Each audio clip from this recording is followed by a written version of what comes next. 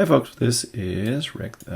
This video exists, but I'm making it again because somebody asked me to. But apparently I have nearly 500 videos posted, so some stuff's harder to find. As a favor, posting a video on what is a Squarebound Protector. It's a simple ring of plastic. There's a thinner one, 3mm, and there's a thicker one, 6mm, that I use to protect Squarebound book spines from being compressed when I'm pressing the book.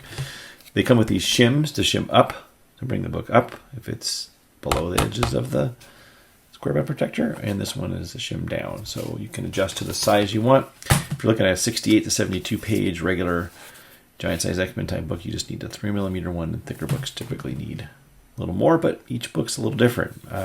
Even two books in Squarebound, the thicknesses seem to, well, the things of the spine seems to change with rigidity and age. It can get a little thinner.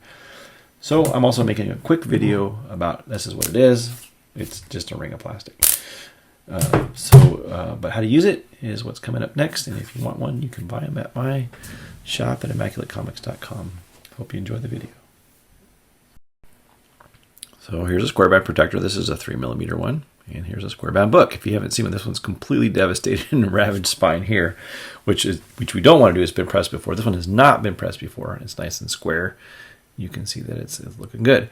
Many Squarebound books have staples right here, but this one does not. This is only glued. These older ones will have staples that you have to be careful don't poke through the cover right here and here. They're big, thick, heavy staples. This cover's come off completely. Somebody before me tried to press this and the cover popped off entirely, but we're still going to use it as an example. This is a 3mm Squarebound Protector, and this book is a little thicker than that, but I'm going to show you how to size this properly. There's a 3mm one. I'm going to put it in here. I have a piece of 100-pound paper under the front cover. I've cut to size it, and I fit the comic inside here. This prevents us from squishing it entirely. You can see how this is a little higher up than the edge of this one. So this is too thick. The Squarebound Protector would not be a good fit. Now we could put a shim here to give it a little more room and help us, but it's going to be not quite thick enough. So for us, the best case is to switch to the 6mm one, which we'll do quickly. You see it's a little bit higher, so it's a little too thick. This shim we need it to be just a little, maybe 1mm higher than the thickness of the shim. So we're going to switch to a 6, and then we use these cardstock shims, which are 2.5mm, or sorry, 1.2mm. Two of them is 2.5, and then we will try the 6mm.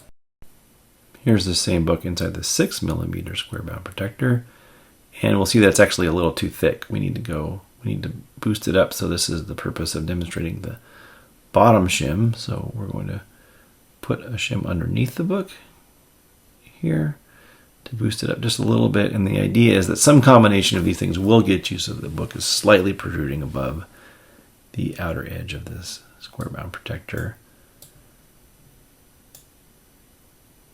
And then we'll just press it. We'll put piece of, you can see how here it's just sticking up just above it. We'll put a piece of silicone paper on top, and then we will put aluminum board.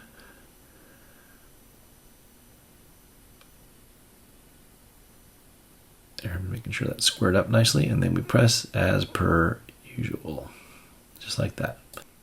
Okay, we're all done. We remove the book. Make sure the spine is protected, and then it actually looks better and flatter. It does. Looks better. You're not going to be able to remove the same creases, so there's some left in this book without that amount of pressure, but important thing is it didn't squash the spine, which, I mean, is kind of obliterated anyway, but it's not flat like a pancake. But the book looks better. You can see how it looks better, but not perfect. That's how you do it. As a quick aside, a few people have asked me to do a video showing more of how you can display tampering on CGC or other cases, and I will do that. Many of the cases I've worked on, I did other research on later, like putting them in the oven and other things, so they're not really good for evidencing the damage. I just need more cases. Some kind soul sent me a dozen CBCS cases in the mail today for free with books in them. Doesn't want them back, wants me to experiment on them. Also, the company PGX is sending me a few of their, there'll be empty sealed cases in the mail, and I'm getting from a couple other places too are sending me some. So I'm going to do it on like a larger scale with lots of different types of cases at once, more experiments. So it's coming. It's going to be a little bit because I'm going to do all of them at once instead of having one for each specific brand, and I need to get some CBCS or some CGC cases to participate in that study. In addition, I'm going to be gone. I'm going to be in Europe for about a month pretty soon, so it may not get done in a timely fashion since I'll be out of the country. And this year in general, I'll be traveling a lot. I'll do my best. So if I have to, I'll just do. I might end up just doing one case at a time. But I wanted to let people know that I am working on that since I've had several requests. In case you are one of the requesters and you happen to see this video. All right. Thank you. Thanks for watching. I really appreciate it. Take care.